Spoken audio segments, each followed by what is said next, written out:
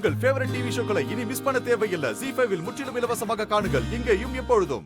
சில சமயத்துல சில விஷயங்களை ஆராய்ஞ்சு பார்க்காம முழு மனசோட தானே நம்பணும். இப்போ நடக்கிற விஷயமும் அதே போலதான். சரிங்க நம்பூதிரி, நீங்க சொல்ற மாதிரியே கல்யாணத்துக்கான ஏற்பாடெல்லாம் உடனே ஆரம்பிச்சிடுறோம்.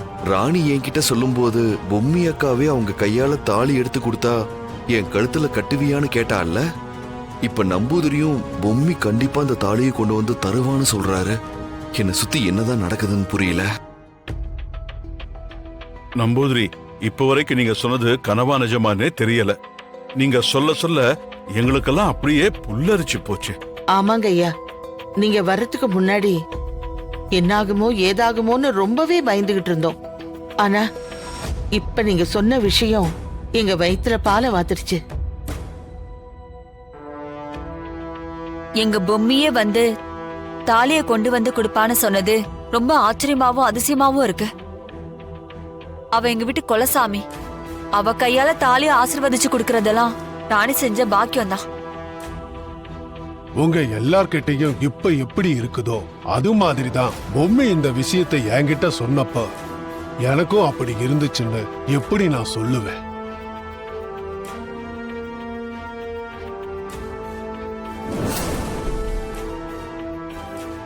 நம்பூதிரி ஐயா,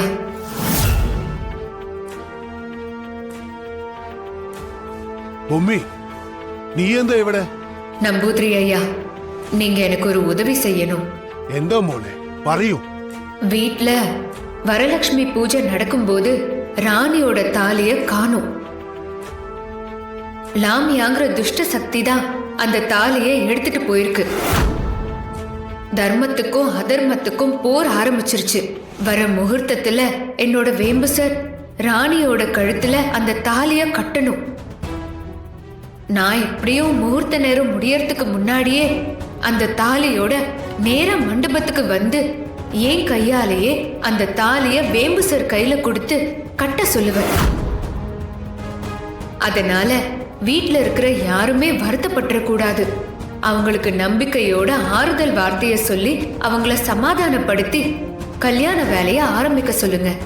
சரி மோனே, பச்சே இது எப்படி சாத்தியம் தானே கேக்குறீங்க? உங்களுக்கு தெரியாதது ஒண்ணும் இல்ல. அறியா மோனே, நான் கல்யாண வேலையை ஆரம்பிக்க சொல்றேன், நீ கவலைப்படாத. ரொம்ப நன்றிங்க ஐயா.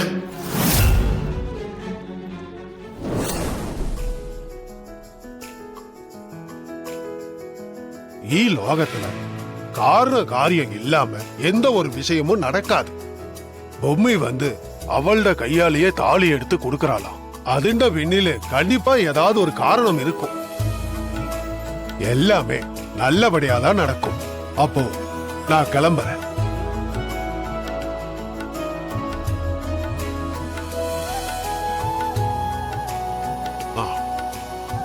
நான் போயிட்டு வரட்டேன். வாங்க, போயிட்டு வர. சரிங்க. வாங்க சாமி.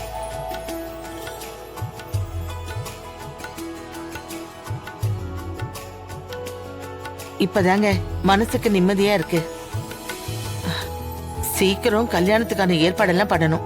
ஆமாமா ஆமாமா, அதெல்லாம் சிறப்பா பண்ணிடலாம். ZEE5 ஆப்பை டவுன்லோட் செய்து அனைத்து எபிசோடுகளையும் இலவசமாக பாருங்க.